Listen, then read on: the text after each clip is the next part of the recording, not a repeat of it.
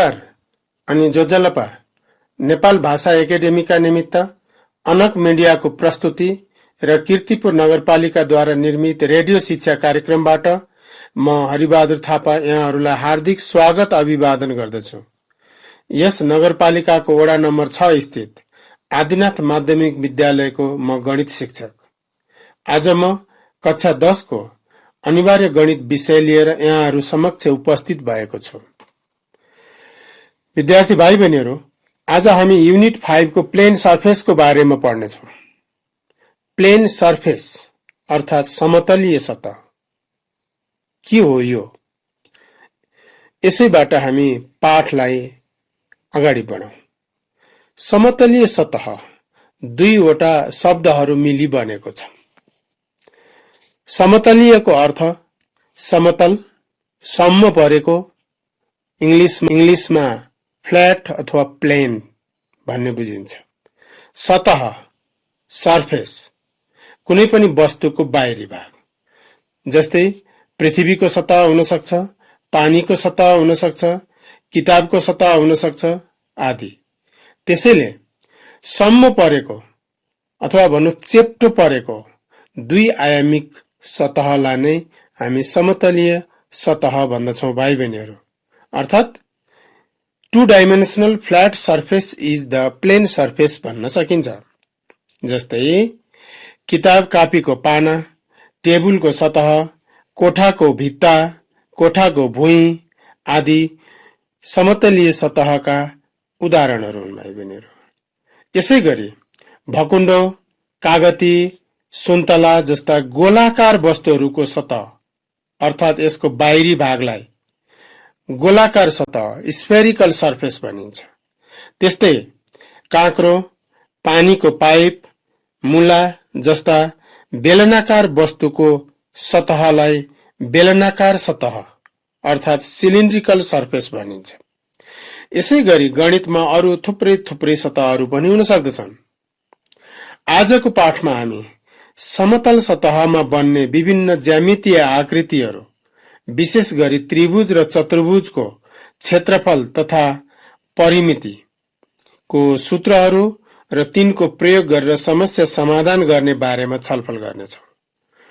भाइ बहिनीहरू, सूत्र र समस्या समाधानमा प्रवेश गर्नु अगाडि क्षेत्रफल, परिमिति र आयतन जस्ता गणितीय शब्दावली म्याथमेटिकल टर्मिनोलोजिजको कन्सेप्टको बारेमा कुरा गरौँ है। जस्तो क्षेत्रफल भनेको के हो, आयतन भनेको के हो, परिमिति भनेको के हो, के यी तीनवटै कुराहरू उस्तै हुन् या फरक छन्? यस सम्बन्धमा विद्यार्थी भाइ बहिनीहरू प्रष्ट हुनु जरुरी छ। त्यसैले म यस सम्बन्धमा चर्चा गर्दछु। सुरु गरौँ क्षेत्रफलबाट। क्षेत्रफल भन्नाले कुनै ठोस वस्तुलाई समतल सतहमा राख्दा कति ठाउँ ओगट्छ त्यसैलाई अर्थात् त्यसले ओगटेको सतहलाई क्षेत्रफल भनिन्छ। Surface occupied by an object is called area. जस्तै एउटा किताबलाई टेबुलमाथि राख्दा त्यसले कति ठाउँ ओगट्छ त्यो नै किताबको टेबुलसँग सम्पर्कमा आएको सतहको क्षेत्रफल हो भाइ बहिनीहरू। त्यसैगरी आयतन भन्नाले कुनै ठोस वस्तुले हावामा अथवा अन्तरिक्षमा ओगटेको ठाउँ, स्पेस अकुपाइड बाय एन अब्जेक्टलाई बुझ्नु पर्दछ। यदि हामीले यसलाई सामान्य हिसाबले बुझ्ने हो भने कुनै भाँडोमा कति दूध अथवा पानी जस्ता तरल पदार्थहरू अटाउँछ त्यो नै भाँडोको आयतन हो भाइ बहिनीहरू। त्यसैगरी त्यो भाँडोमा चामल पिठो पनि राख्न सकिन्छ। चामल अथवा पिठो भर्दा कति अटाउँछ त्यो पनि आयतन हो। So space occupied or capacity to contain something by an object, that means container, is volume भनेर बुझ्न सकिन्छ भाइ बहिनीहरू। जस्तै तिमीले दिनभरिमा कति गिलास पानी पिउँछौ, त्यो पानीको आयतन हो। तिमी क्लासमा बस्दा कति ठाउँ ओगटेर बस्छौ, त्यो तिम्रो शरीरको आयतन हो।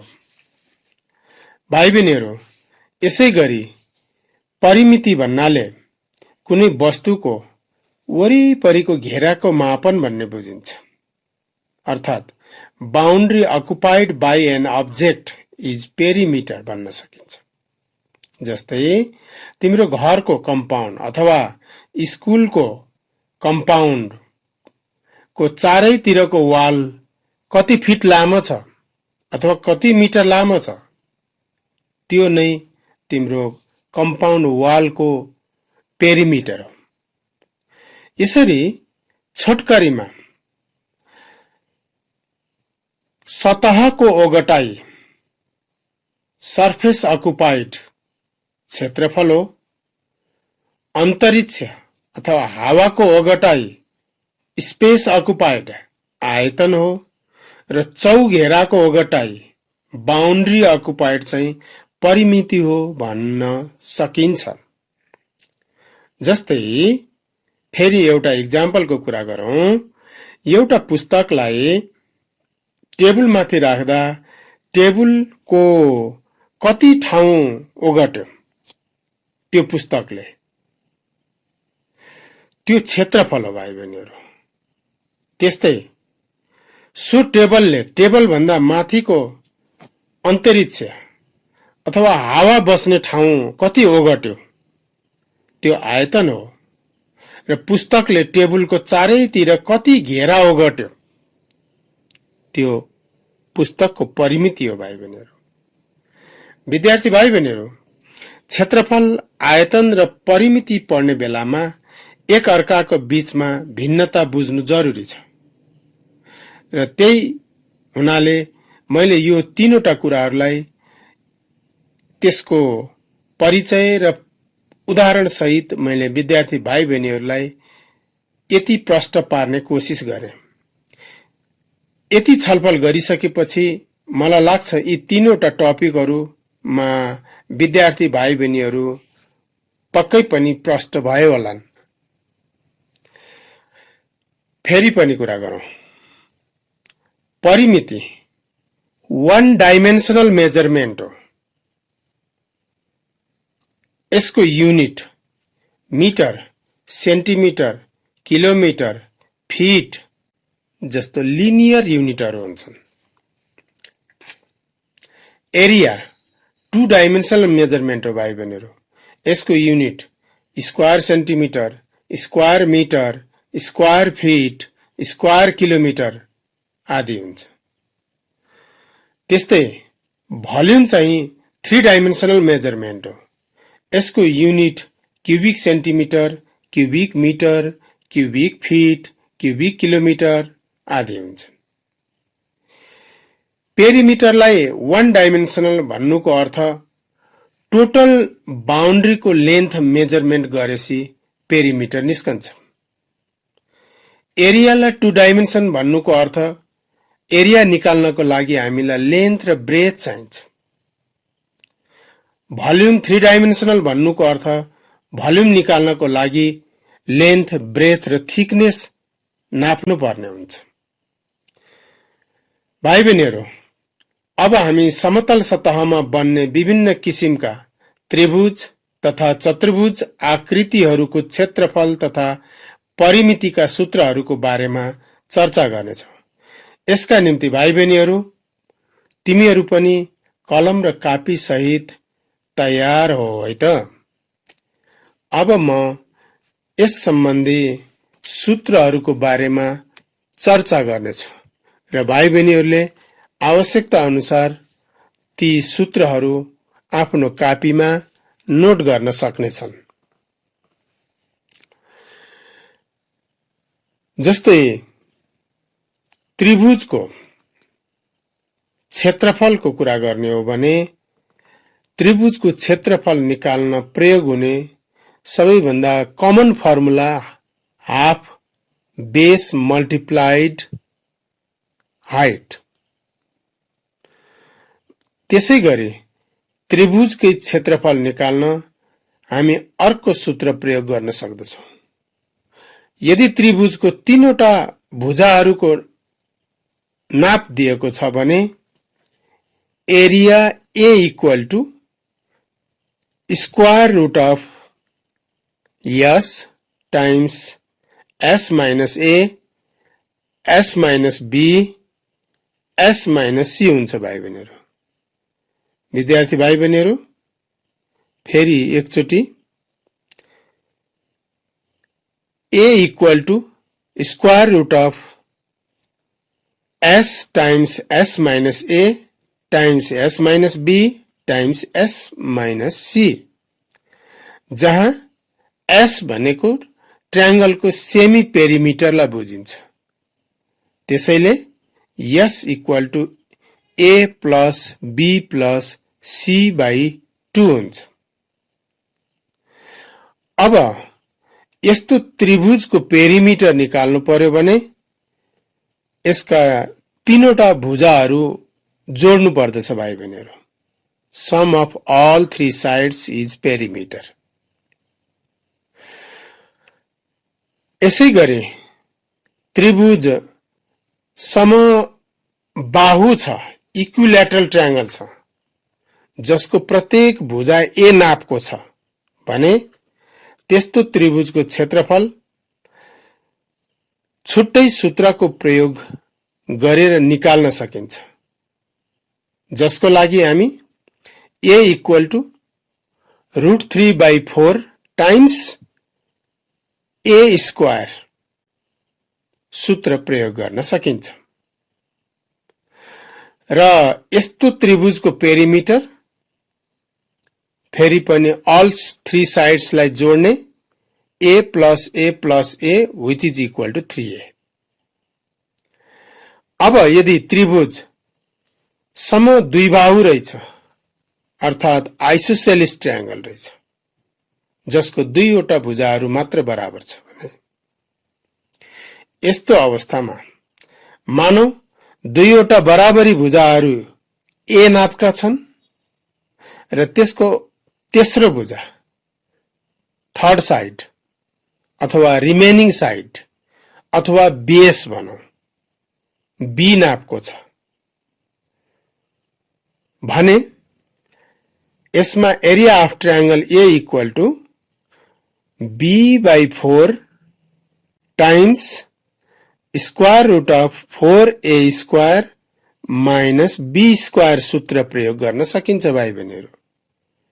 फेरि भाइ बहिनीहरूलाई नोट गर्न सहज होस् भन्नका निमित्त म फेरि यसलाई एकचोटि दोहोर्याइदिन्छु। Area of isosceles triangle A equal to B/4 times square root of 4A square minus B square. अब यसको पेरिमिटर निकाल्नु पर्यो भने दुईटा साइड A प्लस A भयो र अर्को साइड B भएको हुनाले यसको perimeter equal to 2A plus B हुन्छ भाइ बहिनीहरू। त्यसैगरी यदि ट्रायंगल चाहिँ राइट ट्रायंगल टाइपको रहेछ भने जसको परपेंडिकुलर र बेसको मेजरमेन्ट दिएको छ, त्यस्तो अवस्थामा A equal to half base multiplied by perpendicular half BP formula प्रयोग गर्न सकिन्छ। अर्थात यो भनेको अघि चर्चा गरे जस्तै हाफ BH नै हो भाइ बहिनीहरू। यसरी हामीले केही त्रिभुज सम्बन्धी क्षेत्रफल र त्यसको परिमिति निकाल्ने बारेमा चर्चा गर्यौं। अब हामी यसैगरी केही चतुर्भुज आकृतिहरूको क्षेत्रफल निकाल्ने र त्यसको परिमिति निकाल्ने बारेमा चर्चा गरौं है। सुरु गरौं समानान्तर चतुर्भुजबाट। समानान्तर चतुर्भुज भनिसकेपछि यसको अपोजिट साइड्सहरु इक्वल एन्ड प्यारलल हुन्छ। मानौ यसको बेस भुजा बी छ र समानान्तर चतुर्भुजको उचाइ h छ भने area equal to base into height हुन्छ। अब जाउँ समबाहु चतुर्भुजको बारेमा। समबाहु चतुर्भुज rhombus that means all sides equal। यस्तो चतुर्भुजमा दुईटा डायगोनलहरुको प्रयोग गरेर क्षेत्रफल निकाल्न सकिन्छ।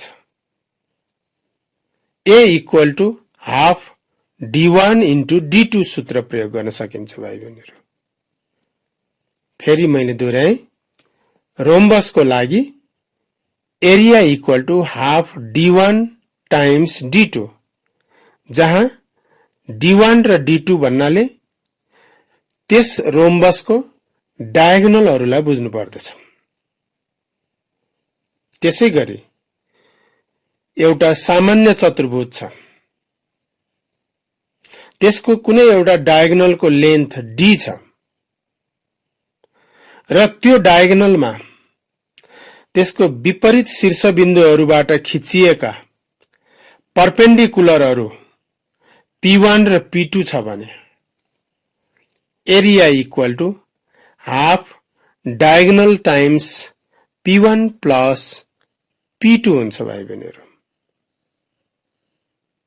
फेरि एकचोटी सुनौ, चतुर्भुजको क्षेत्रफल area of quadrilateral equal to half d times p1 plus p2, where d is the diagonal and p1 p2 are the perpendiculars drawn from the opposite vertices to that diagonal।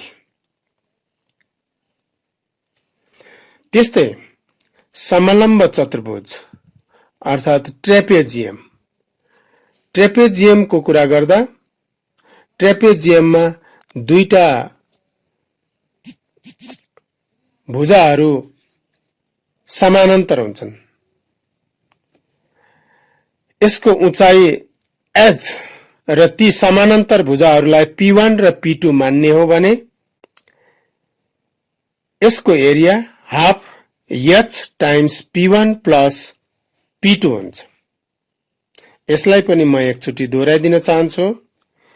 Area of trapezium equal to half h times p1 plus p2 हुन्छ, जसमा p1 र p2 भनेको दुईटा opposite parallel साइडहरुको length र h भन्नाले ती दुईटा प्यारलल साइडहरु बीचको डिस्टेन्स। अब हामी अन्त्यमा चंगाको कुरा गरौं। काइट। काइटको area a equal to half d1 times d2, जसमा d1 र d2 भन्नाले यसका डायगोनलहरुलाई बुझ्नु पर्दछ। अब चतुर्भुजहरुको यदि परिमिति निकाल्नु पर्यो भने यसका भुजाहरूलाई जोड्नु पर्दछ र सामान्यतया हाम्रो कक्षागत समस्याहरूको कुरा गर्दा चतुर्भुजको परिमिति निकाल्ने समस्याहरू हामीले त्यति फेस गर्नु पर्दैन। विशेष गरिकन क्षेत्रफलमा नै हामी बढी केन्द्रित हुन्छौं भाइ बहिनीहरु। त भाइ बहिनीहरु, अब हामी समतल सतहमा बन्ने विभिन्न किसिमका आकृतिहरूको क्षेत्रफल निकाल्ने समस्याहरू समाधान गर्न सिक्नेछौं। त भाइ बहिनीहरु, यसको लागि पहिला हामी एउटा समस्या लियौं है त। जस्तो आधार भुजा 6 सेन्टिमिटर र उचाइ 4 सेन्टिमिटर भएको त्रिभुजको क्षेत्रफल निकाल्नुहोस् भन्ने एउटा समस्या छ। अब यसको क्षेत्रफल निकाल्नको निमित्त यो प्रश्नले दिएका कुराहरूलाई नोट गरौँ। प्रश्नले आधार भुजा 6 सेन्टिमिटर भनेको छ, बेस b = 6 सेन्टिमिटर भयो, उचाइ h = 4 सेन्टिमिटर। अब त्रिभुजको क्षेत्रफल निकाल्नु छ। यहाँ त्रिभुजको क्षेत्रफल निकाल्नको लागि बेस र हाइट दिएको हुनाले हामी यसलाई हाफ बेस इन्टु हाइट भन्ने सूत्र प्रयोग गरेर सजिलै यसको क्षेत्रफल निकाल्न सक्नेछौँ भाइ बहिनीहरू।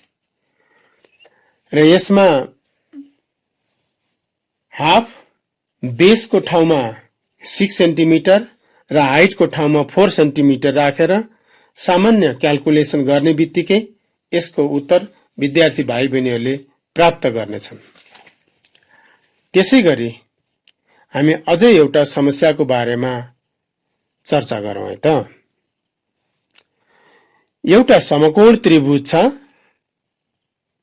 जसको आधार भुजा 4 सेन्टिमिटर र त्यसको कर्ण हाइपोटेन्युज 5 सेन्टिमिटर छ। अब यसको क्षेत्रफल निकाल्नु पर्यो। अब कसरी निकाल्ने होला त भाइ बहिनीहरू? यो समस्यामा समकोण त्रिभुजको बेस र हाइपोटेन्युज दिएको हुनाले पाइथागोरस सम्बन्धलाई प्रयोग गरेर यसको परपेन्डिकुलर हामी सजिलै प्राप्त गर्न सक्नेछौँ। परपेन्डिकुलर p = √h²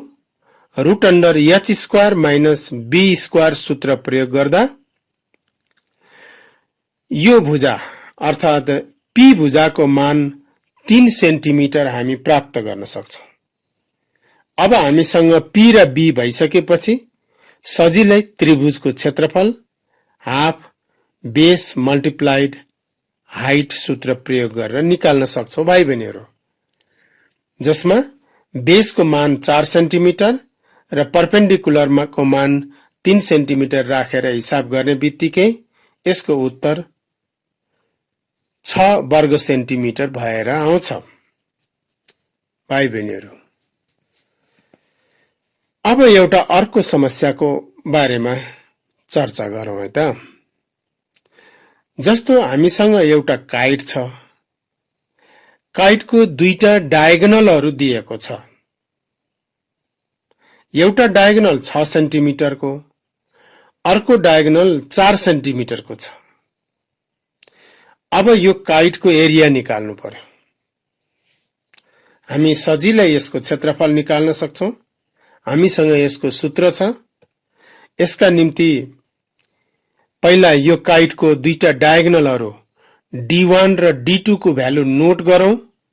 d1 को भ्यालु 6 सेन्टिमिटर र d2 को भ्यालु 4 सेन्टिमिटर, अर्थात् d1 को भ्यालु 4 सेन्टिमिटर र d2 को भ्यालु 6 सेन्टिमिटर नोट गर्न पनि सकिन्छ।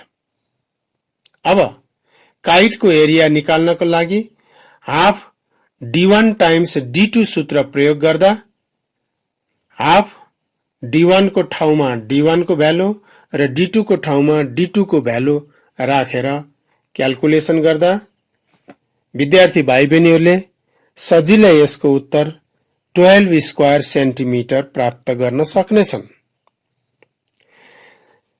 त्यसैगरी अब अन्तिममा एउटा अर्को प्रश्न लिउँ है त।